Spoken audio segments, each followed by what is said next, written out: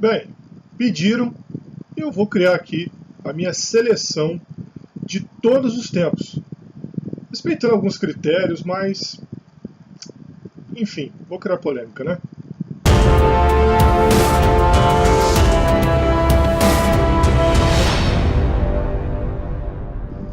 Bem, gente, hoje eu vim trazer para vocês aqui algo que eu já estava planejando há algum tempo. Todo mundo sabe que eu gosto do futebol e sempre levei em consideração tanto o futebol de ontem, de hoje, e assisto jogos aí de antigamente. Hoje em dia temos a facilidade do YouTube e outros sites também que sempre trazem a respeito de imagens, né, de times históricos.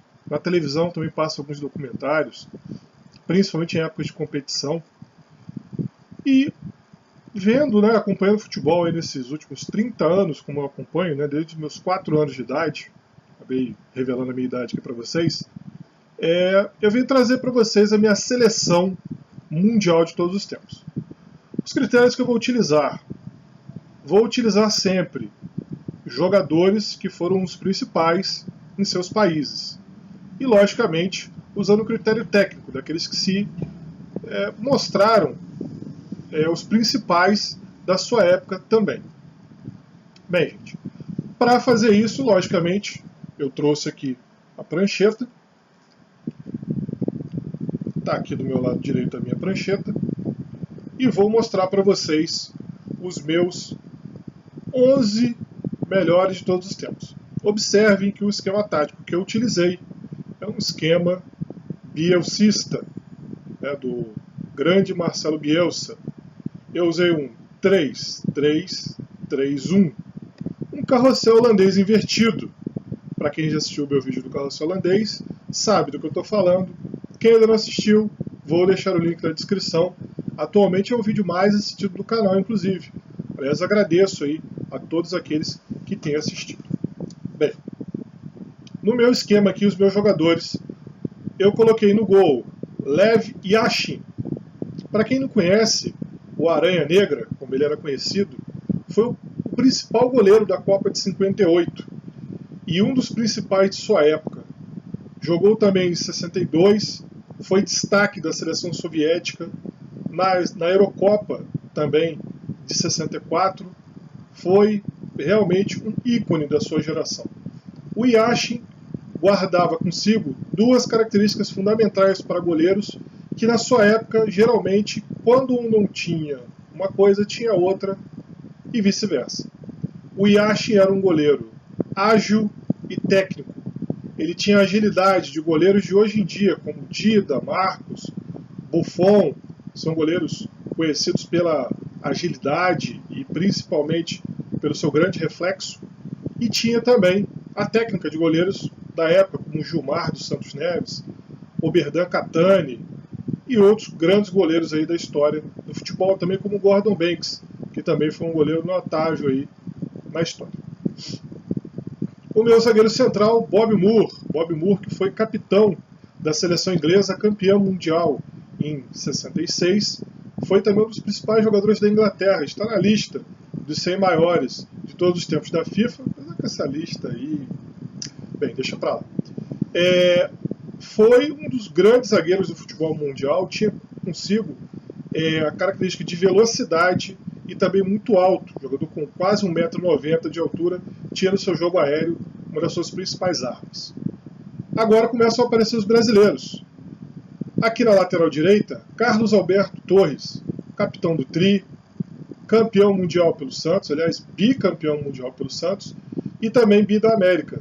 Além de títulos como Roberto Gomes Pedrosa, o antigo Campeonato Brasileiro, a Taça Brasil e também os campeonatos paulistas que ele disputou pelo Santos. Como técnico, seu principal título foi a Copa Comebol de 1993 com o Botafogo, um time que o Botafogo tinha muito feio, mas que jogava com alma, raça e coração.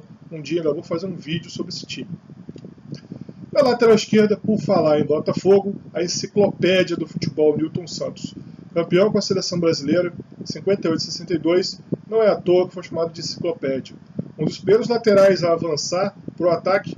Newton hoje leva o nome, tem o seu nome gravado no estádio, o estádio do Engenhão, né?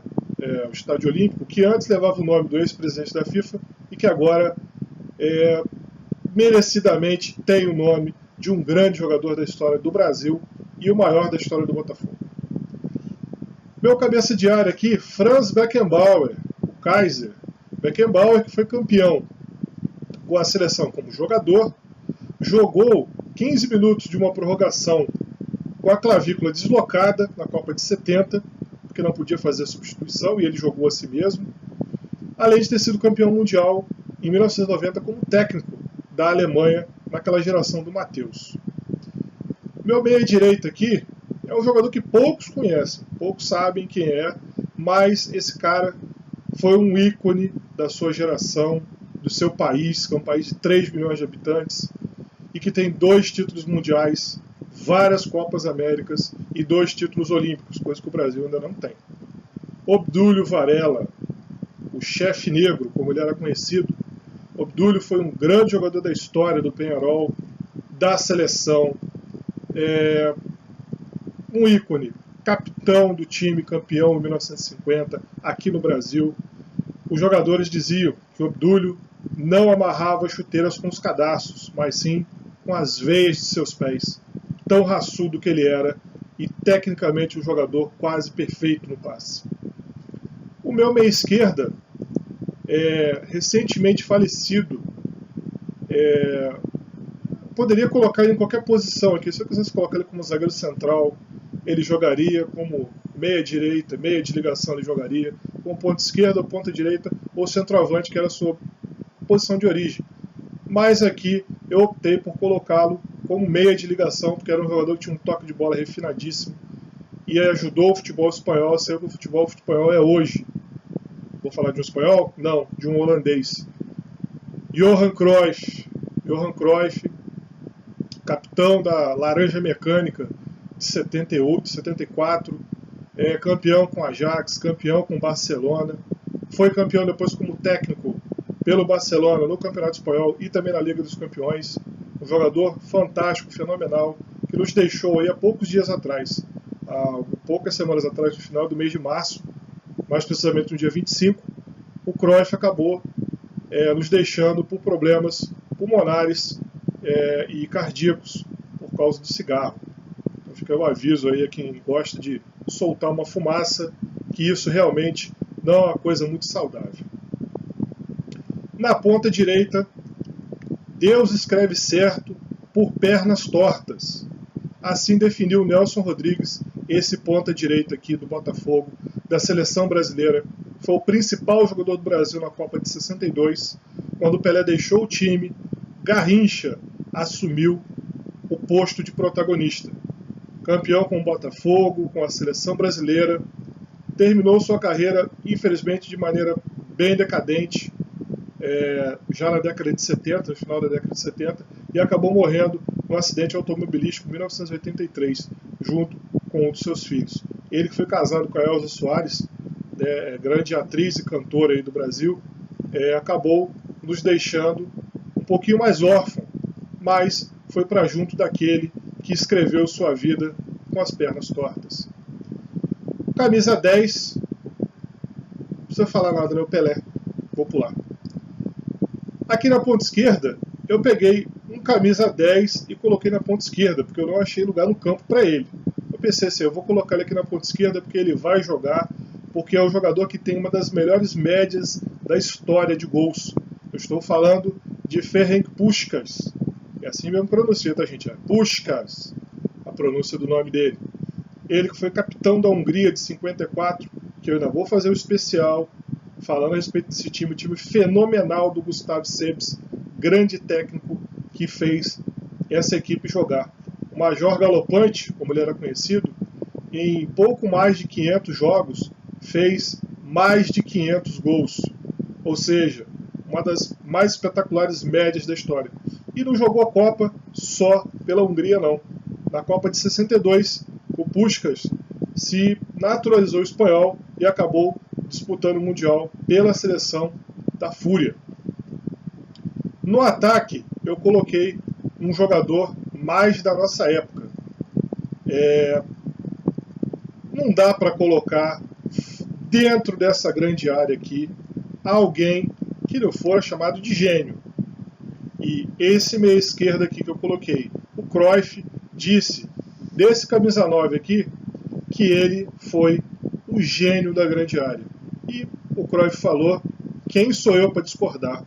Romário de Souza Faria, grande centroavante, campeão com o Brasil em 94, cortado da Copa de 98, não convocado para 2002, poderia ter disputado 3 Copas do Mundo e seria artilheiro, porque era um fenômeno, mais do que o Ronaldo, que também poderia estar nessa seleção.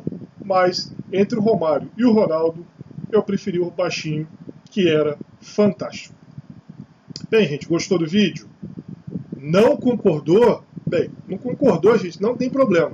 Aqui embaixo, aqui, ó, nas opiniões, você vai lá e escreve: Carpazano, tá faltando o Ronaldo, tá faltando o Messi, tá faltando o Maradona, tá faltando o Giorgio Quinalha, tá faltando, sei lá, o Neskins. Enfim, quem você acha que está faltando nessa seleção? Deixe as suas opiniões. Espero que você tenha conhecido um pouco mais do futebol. Falei hoje bastante sobre o Obdúlio Varela, que é um jogador pouco conhecido, mas que vale a pena conhecer também. E vou deixar um link na descrição de alguns clipes de alguns desses jogadores, principalmente aqueles menos conhecidos pelo público em geral. Bem, gente, espero então que tenha gostado. Curta, compartilhe, se inscreva no canal, mostre para os seus amigos, para que tenha aí um conteúdo bacana, para que eles possam saber um pouco mais a respeito do futebol. Um abraço a todos e até a próxima!